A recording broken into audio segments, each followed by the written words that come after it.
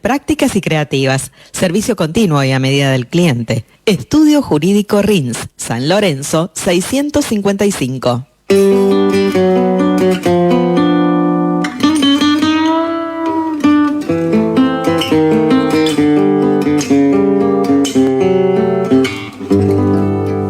Des yeux qui font baisser les miens, un rire qui se perd sur sa bouche. Voilà le portrait sans retouche de l'homme auquel j'appartiens. Quand il me prend dans ses bras, qu'il me parle tout bas, je vois la vie en rose. Il me dit des mots d'amour. Y a las 9 de la mañana, 25 minutos, estamos en vivo por la 102.9, por la radio de las noticias. Dos datos que marcaron el pulso de la agenda periodística y judicial sobre el final de la jornada del viernes. Uno tuvo que ver con la detención del contador Hernán Escudero, quien en otras oportunidades también estuvo sindicado, sospechado, por maniobras de lavado. En este caso la causa tiene que ver con hechos que ocurrieron en Marcos Juárez. La detención se produjo tras un operativo que se realizó allí en este estudio jurídico de calle de Anfunes. 21 allanamientos se realizaron en total en Río Cuarto, en Leones, en Buenos Aires y en Marcos Juárez.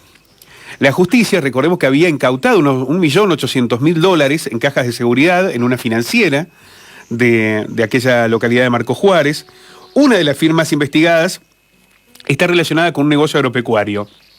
Las otras dos con vínculos de químicos y fertilizantes para el campo y además servicios de caja de seguridad.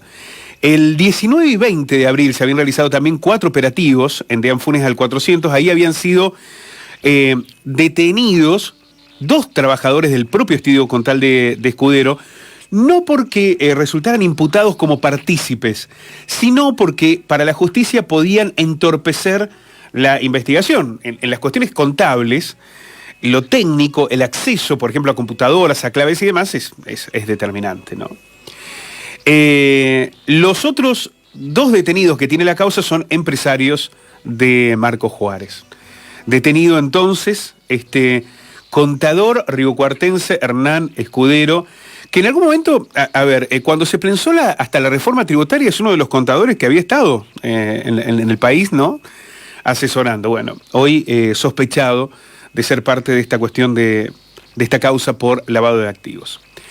Vuelta de página. Otra de las causas que tuvo fuerte connotación este viernes, por las novedades judiciales, tiene que ver con la imputación, la elevación a juicio y la ratificación por parte de la Cámara del Crimen, Cámara Primera del Crimen, para que 2 médicos de una clínica local vayan a juicio por la muerte de Emiliano Enz. Recuerdan, Emiliano tenía 8 años, había sido trasladado desde Huinca a este centro asistencial, aparentemente un dolor abdominal, era una apendicitis. Cuando llegan, lo operan, supuestamente para los médicos debían darle el alta, la madre notaba que eso no era posible, estaba muy pálido el gordito, no se encontraba en condiciones, sin embargo le exigen que asuma el alta, camina unos 50 metros, la mamá con el gordito en brazos se desvanece, cuando vuelve a las pocas horas se muere. Inicialmente los médicos le dicen, mire, acá salió todo bien, la operación todo bien, le practican una autopsia porque la mujer afortunadamente realiza muy rápido la denuncia. Esto facilita la posibilidad de hacer una autopsia y a partir de ahí se abre una investigación.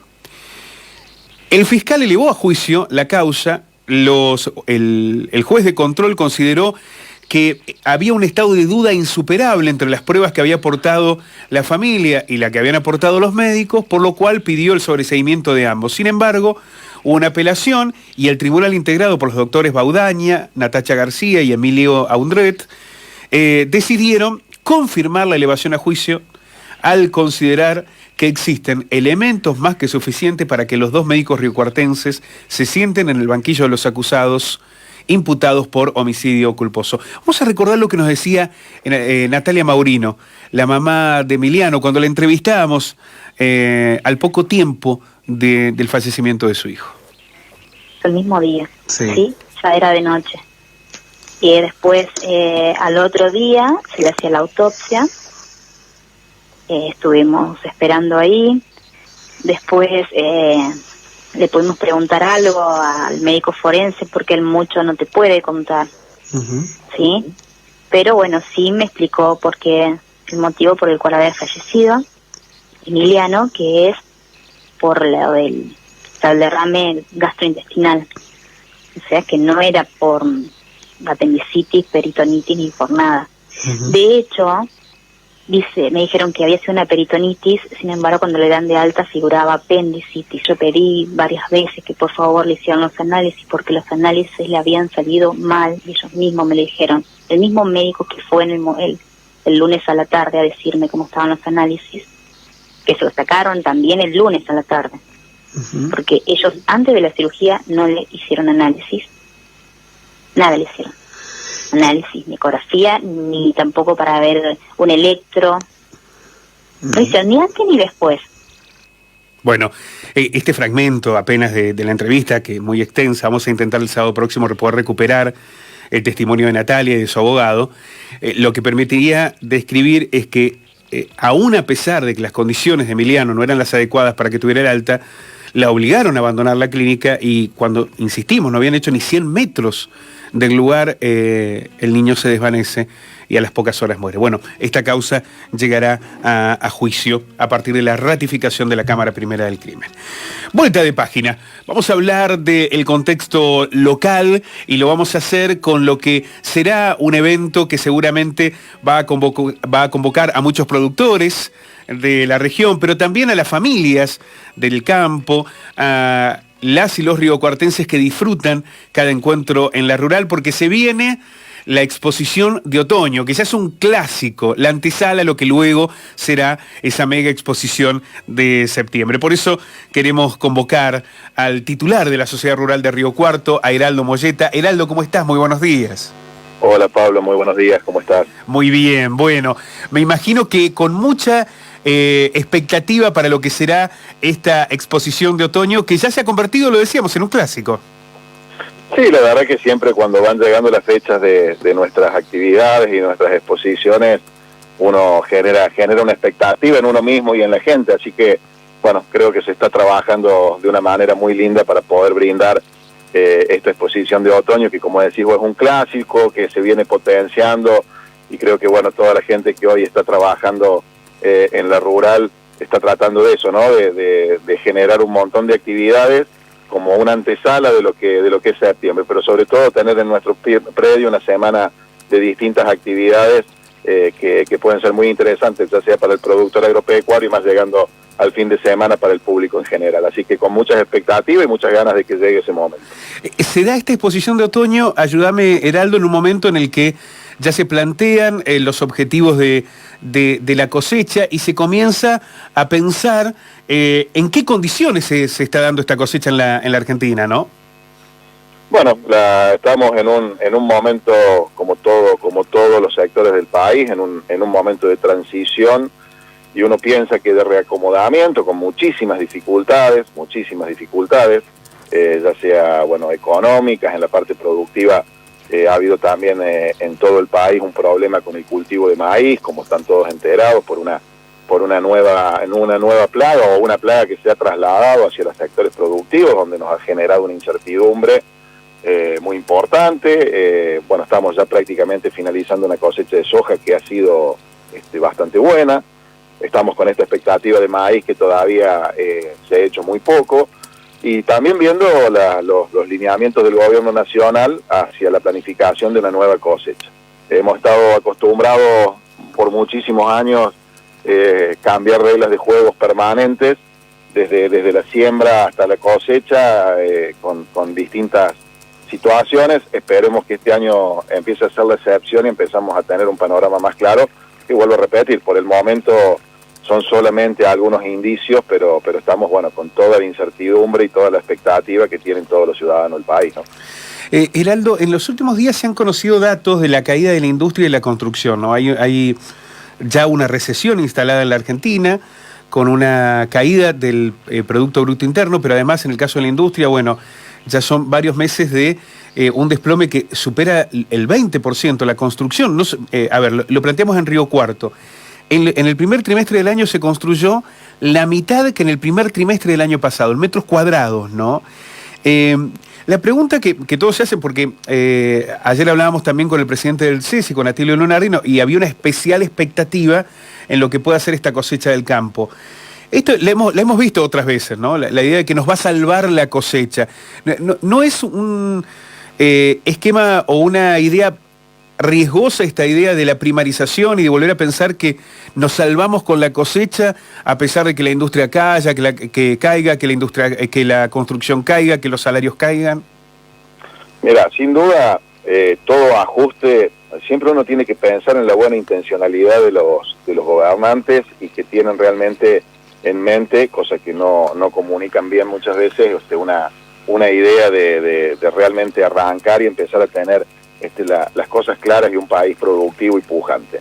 Sin duda, después de cualquier reacomodamiento macroeconómico, se generan estas crisis donde lo que primero se frena es la inversión y lo que primero se frena es el consumo, en detrimento, por supuesto, de la actividad económica y muchas veces de los sectores más vulnerables, a los cuales hay que seguramente asistir o primeramente tomar medidas para que esto no sea así. Pero como vos decís, bueno, las caídas son reales, es una crisis que uno entiende que es por el ordenamiento de la macroeconomía y seguramente la inyección, no del campo, de los productos que salen del campo, pueden empezar a generar inversiones, que empiecen a mover la economía y todos los sectores empiecen a reactivarse, de a poco seguramente. Pero para eso tiene que haber realmente reglas claras, o sea, todo lo que vos me nombras de la construcción y lo que puede pasar en la industria metalmecánica, lo que puede pasar en la industria automotriz, el sinceramiento de los tipos de cambio, el desfasaje que se produjo por las devaluaciones, hace que la gente le haya costado en estos meses una decisión de inversión. Y es más que lógico. Lo que no sería lógico que a partir de la inyección de divisas por parte de algún sector no se empiece a reactivar la economía. Ahí estaríamos en problemas y serios, ¿no? Uh-huh. Esto implicaría, por ejemplo, que inmediatamente liquide la cosecha el productor. Digo, ¿el productor hoy está convencido en liquidar la cosecha?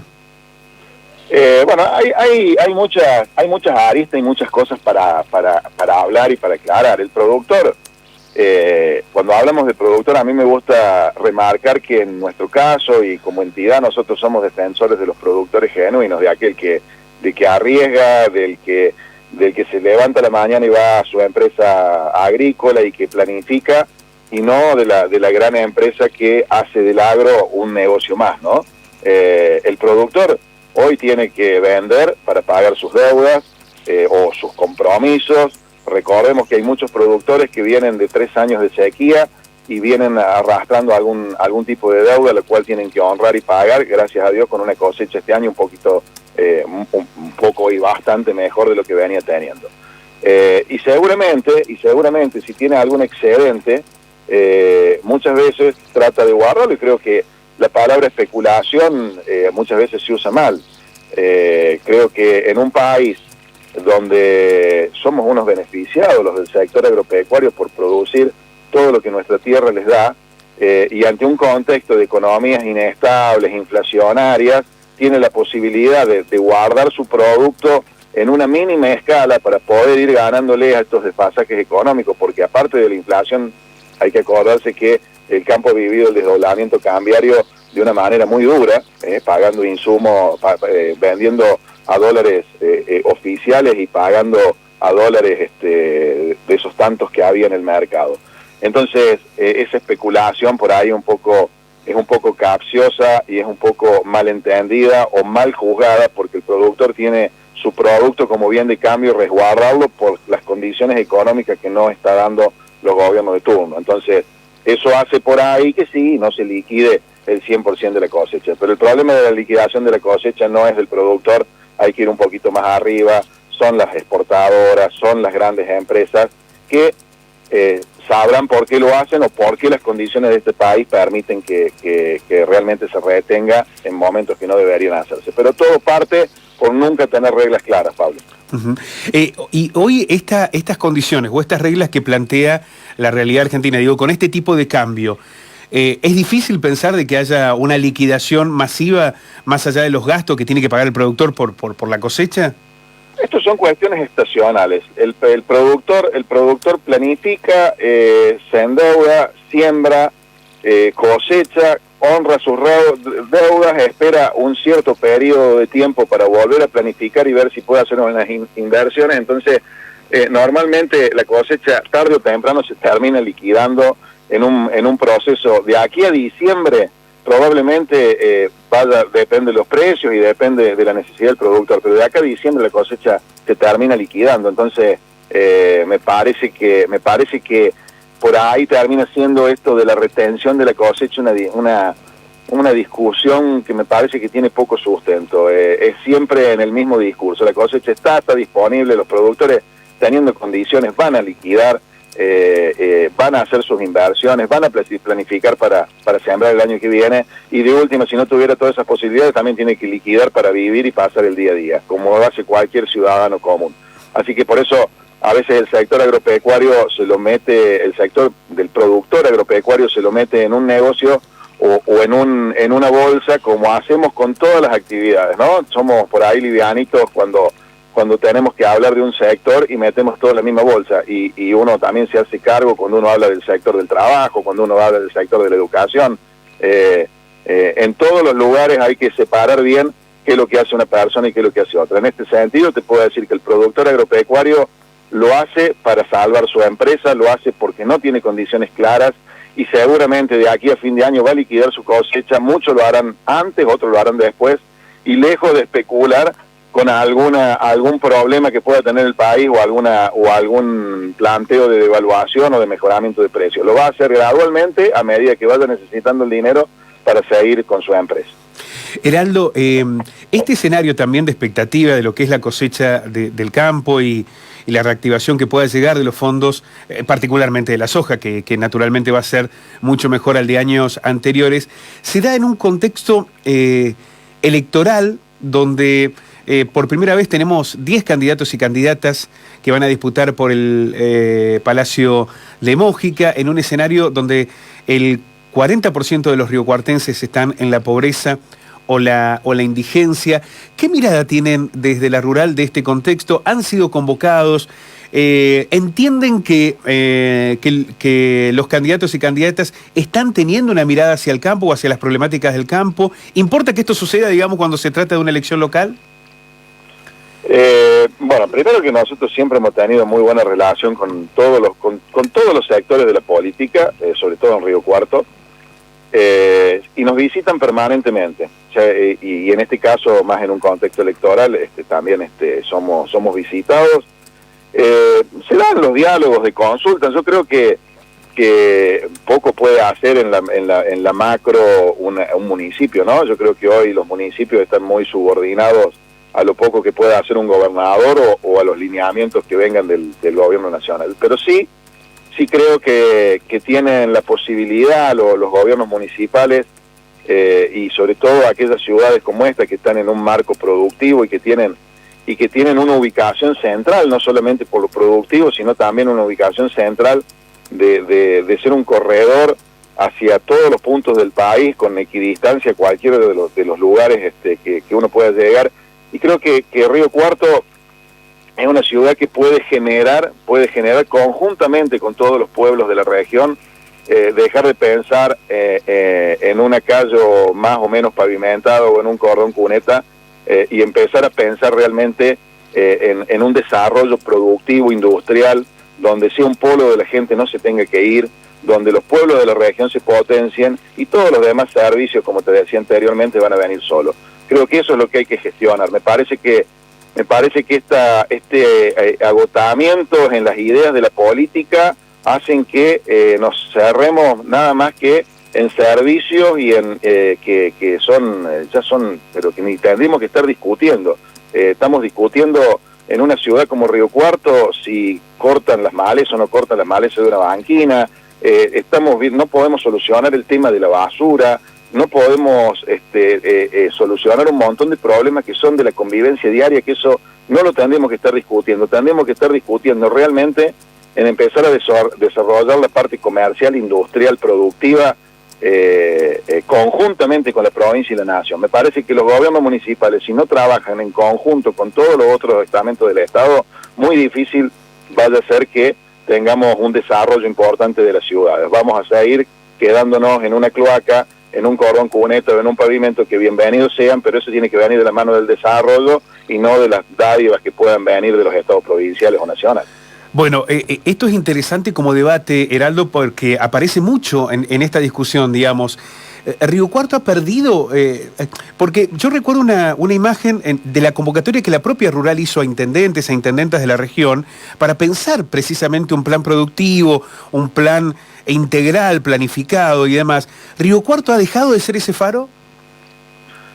No es que lo ha dejado de ser. Yo creo que las contingencias económicas, como pasa cualquier persona que tiene, vamos al ámbito privado, que tiene una empresa, le ha costado apostar a crecer, porque realmente no tenemos reglas claras. Por eso creo que el desafío que tiene el gobierno nacional, o que tenemos como argentinos, es empezar a poner 4 o 5 políticas de Estado que duren en el tiempo, donde el intendente, el gobernador puedan empezar a delinear planes realmente de desarrollo importante, porque si no terminamos teniendo anuncios tras anuncios. Uno ve con buen tino que tenemos permanentemente el gobernador de Córdoba, como ha ocurrido con otras gestiones en Río Cuarto, pero terminamos con anuncios muy puntuales de inauguraciones de cuestiones que son bienvenidas y ojalá sigan haciéndose, pero no vemos realmente buscar juntamente con el sector productivo. Vamos a la cuestión energética. Vamos a la cuestión energética, donde nos hemos juntado con los pueblos de la región, nos hemos juntado con el centro comercial para tratar de buscar una idea, sabiendo de que la energía no podía ser más subsidiada, donde nos quedamos en un brete con un aumento brutal, que quizás sea lo que tenga que valer, pero los gobiernos, en su afán recaudatorio, en el mismo problema que tienen a lo mejor los privados, las empresas que prestan el servicio de luz, no han propuesto absolutamente nada de baja de ninguno de sus impuestos o de sus tasas, o de buscar, solamente siempre hablamos de financiamiento. Vamos a hacer una obra, sacamos un crédito, vamos a aumentar la luz, la pagamos en cuota, y terminamos siempre enredados sin un plan hacia adelante de generar en vez de endeudarnos. Entonces creo que bueno, es el desafío. Todos estamos en la misma situación, el gobierno no es ajeno, pero sí creo, y vuelvo a repetirlo, algo que no hemos podido lograr como institución, que fue cuando nos juntamos con los intendentes de la región, de empezar a plantear planteos y soluciones o proyectos desde la impronta de cada institución, de cada pueblo, y empezar a trabajar con los legisladores y con los provinciales, y después con los legisladores, diputados y senadores nacionales.